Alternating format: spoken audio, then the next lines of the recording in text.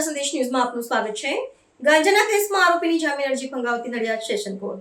આરોપી મકસૂદ યુસુફ મંસૂરી નાઓએ મહેમદાબાદમાં છૂટક ગાંજાનું વેચાણ કરતો હતો, જેની બાતમીના આધારે મહેમદાબાદ પોલીસે નગરપાલિકાના બોર નંબર 6 ની સામે કણજાના ઝાડ નીચે બેસીને ગાંજાનું છૂટક વેચાણ કરતો હતો, જેના આધારે મહેમદાબાદ પોલીસે આરોપી મકસૂદ યુસુફ મંસૂરીને કબજા ભોગવટામાંથી વગર પાસ પરમિટે ગાંજાનો જથ્થો 1946 ગ્રામ, જેની કિંમત ₹97,300 પેક કરેલી પ્લાસ્ટિકની નાની નાની 30 જેટલી થેલીઓમાં ગાંજો ભરીને શાકભાજીની આડમાં ગાંજાનો કરતો હતો વેચાણ, જે મહેમદાબાદ પોલીસે એનડીપીએસ એક્ટ ગુનો નોંધ્યો હતો અને આરોપીને અટક કરી હતી, જેના આધારે આરોપી મકસૂદ યુસુફ મંસૂરીએ જમીન ઉપર મુક્ત થવા નડિયાદની સેશન કોર્ટમાં જમીન અરજી કરવામાં આવી હતી, જેમાં સરકારી વકીલે વિસ્તૃત દલીલો કરી હતી, જેને લીધે નામદાર નડિયાદ સેશન કોર્ટે આરોપી મકસૂદ યુસુફ મંસૂરીની જામીન અરજી નામંજૂર કરી હતી। રિપોર્ટર પ્રતિક ભટ્ટ, નડિયાદ।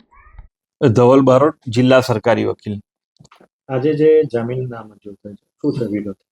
આજ રોજ મહેમદાવાદ ખાતરજ ખાતે રહેતો આરોપી મકસૂદ યુસુફભાઈ મંસૂરી જેની જામીન અરજી નામંજૂર કરતો હુકમ થયેલો છે। આ બનાવની વિગત એવી છે કે આરોપી મકસૂદ યુસુફભાઈ મંસૂરી તે પોતે છૂટક ગાંજાનું વેચાણ કરી રહ્યો છે તેવી પોલીસને બાતમી મળેલી, જેના આધારે પોલીસે મહેમદાવાદ ખાતે નગરપાલિકાના બોર નંબર 6 ની સામે આવેલ જે કણજાનું ઝાડ છે તેની નીચે રેડ કરતા આ કામનો જે આરોપી છે એ પ્લાસ્ટિકની નાની નાની થેલીઓની અંદર ગાંજો ભરીને તેનું વેચાણ કરી રહ્યો હતો।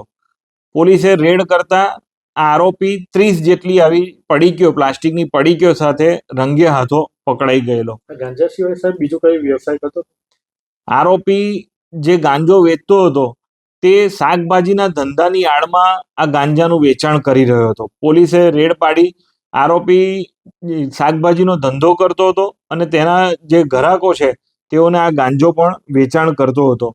રેડ પાડતા લગભગ 30 પડીકીઓ પોલીસને મળી આવી, એટલે પોલીસે આ સંદર્ભે એનડીપીએસ એક્ટ હેઠળ ગુનો દાખલ કરેલો, જે ગુનાના કામે આ આરોપીની અટક થયેલી, જેથી આરોપી મકસૂદે જામીન ઉપર મુક્ત થવા માટે નડિયાદની સેશન્સ અદાલતમાં જામીન અરજી મૂકેલી, જે જામીન અરજીમાં વિસ્તૃત દલીલો થયા બાદ નામદાર સેશન્સ અદાલતે આરોપી મકસૂદ યુસુફભાઈ મંસૂરી રહેવાસી મહેમદાવાદ ખાતરજ દરવાજાની અંદર નાઓની જામીન અરજી નામંજૂર યાને રદ કરતો આજે હુકમ કરેલો છે। પ્રાર્થના સંદેશ ન્યૂઝની તમામ લેટેસ્ટ અપડેટ્સ માટે ચેનલને હમણાં જ લાઈક, શેર અને સબસ્ક્રાઇબ કરો।